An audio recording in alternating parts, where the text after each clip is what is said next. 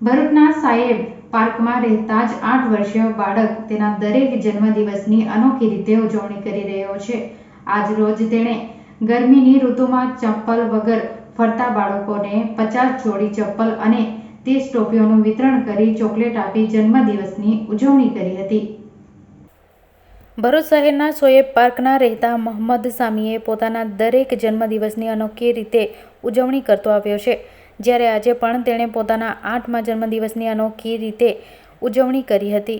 હાલમાં ચાલી રહેલા ઉનાળાની ઋતુમાં ગરીબ અને ફૂટપાથ ઉપર જીવન વ્યતીત કરતા બાળકોને ધોમધમતા તાપમાં ચપ્પલ વગર ફરતા હોય છે, ત્યારે આજે મોહમ્મદ સામી પોતાના જન્મદિવસ 50 જોડી ચપ્પલ અને 30 માથાના માટે ટોપી અને લોકોને ચોકલેટનું પણ વિતરણ કર્યું હતું।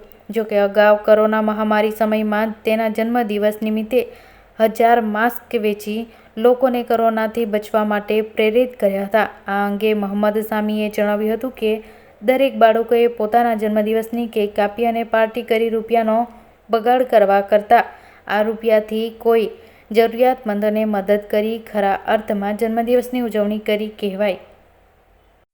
મારું નામ મોહમ્મદ સામી છે। આજે મારો 8મો જન્મદિન છે।